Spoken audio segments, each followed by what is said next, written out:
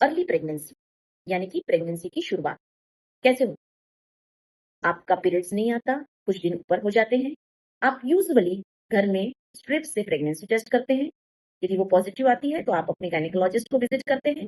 यदि वो डाउटफुल आती है यानी कि फेंट लाइन आती है तो आप डाउट में रहते हैं और कभी-कभी डाउट के लिए विजिट करते हैं या फिर कुछ वेट कर लेते हैं और 2-4 दिन फिर से रिपीट करते हैं।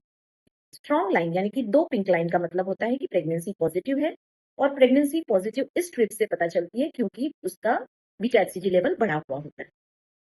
पर ये वो नहीं बता सकता कि प्रेगनेंसी कहाँ है। प्रेगनेंसी यूट्रस के अंदर हो सकती है, प्रेगनेंसी ट्यूब के अंदर हो सकती है और प्रेगनेंसी कुछ और जगह पे भी हो सकती है।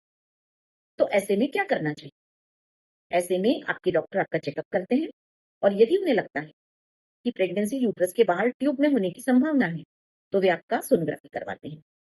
सोनोग्राफी में पता चलता है कि प्रेगनेंसी बच्चेदानी के अंदर है या बाहर, क्योंकि केवल बच्चेदानी में ही इतनी शक्ति होती है कि वो प्रेगनेंसी को 9 महीने तक ले जा सकती है। यदि वो उसके बाहर है, तो वो प्रेगनेंसी कंटिन्यू नहीं हो सकती, उसे हटाना पड़ता है और नहीं हटाया, तो वो उस जगह से रप्चर होकर जानलेवा भी हो सकता है।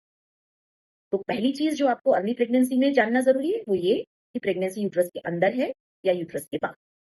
अर्ली प्रेगनेंसी में जो दूसरी चीज़ जानना ज़रूरी है, वो ये है कि क्या आपके बेसिक कंडीशंस आपके बॉडी के यानी कि आपका शुगर, आपका बीपी, आपका थायराइड, आपका हीमोग्लोबिन और भी कुछ टेस्ट, ये सब नॉर्मल है कि आपका शरीर एक बच्चे को जन्म देने के लिए प्रिपेयर्ड है या उसे प्रिपेयर करने की ज़रूरत है।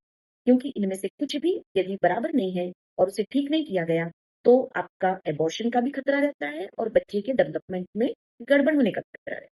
तो इसलिए ज़रूरी है आप बेसिक टेस्ट जैसे ही प्रेगनेंसी रुकती है, वैसे करवाएँ।